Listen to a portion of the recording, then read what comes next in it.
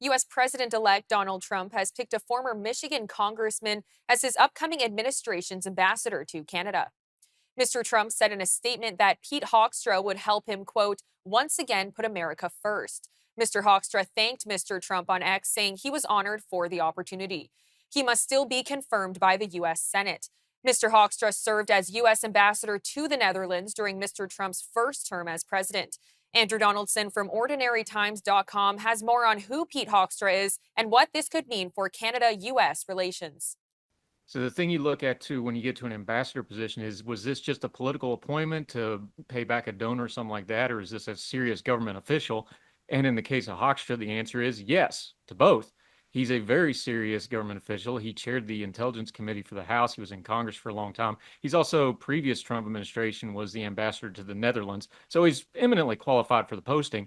He's also a hardcore partisan for Donald Trump, though. He ran the ground game in his native Michigan, an important swing state that swung back to Trump in the recent election. So he knows the politics in and out and both. And like a lot of things, it's going to be, well, which is going to override his experience in the government or his experience as being a Donald Trump loyalist. When he was the ambassador to the Netherlands, he got into a little thing with the Dutch media over there over things like no-go zones and burning politicians alive that he had to walk back to much fanfare. But this is Canada, and while this pick won't get all the attention of like the DOJ and the DOD picks, this is a really important one because Donald Trump's two biggest issues in the election in his first administration and anytime he talks is always immigration and the economy. And while the southern border gets the lion's share of the immigration debate, the longest international border that's not guarded in the world is U.S. and Canada's border, and immigration policy will obviously affect that as well. And there's the trade issue.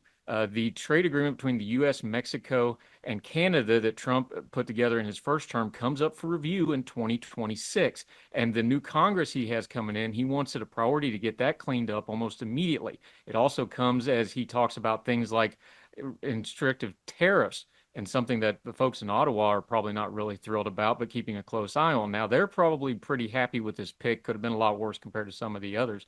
But the Canada-U.S. relationship is a really important one. And they have parallel political issues going on here where Canada's going to be going into an election for a prime minister here probably in the spring sometime. And Donald Trump's a lame duck president trying to get this trade agreement. This is a lot of stuff running in parallel for both countries. And while this posting probably won't get the attention other postings will, it's an extremely important one. And it's one Donald Trump actually pays attention to, is going to be talking about a lot in his term.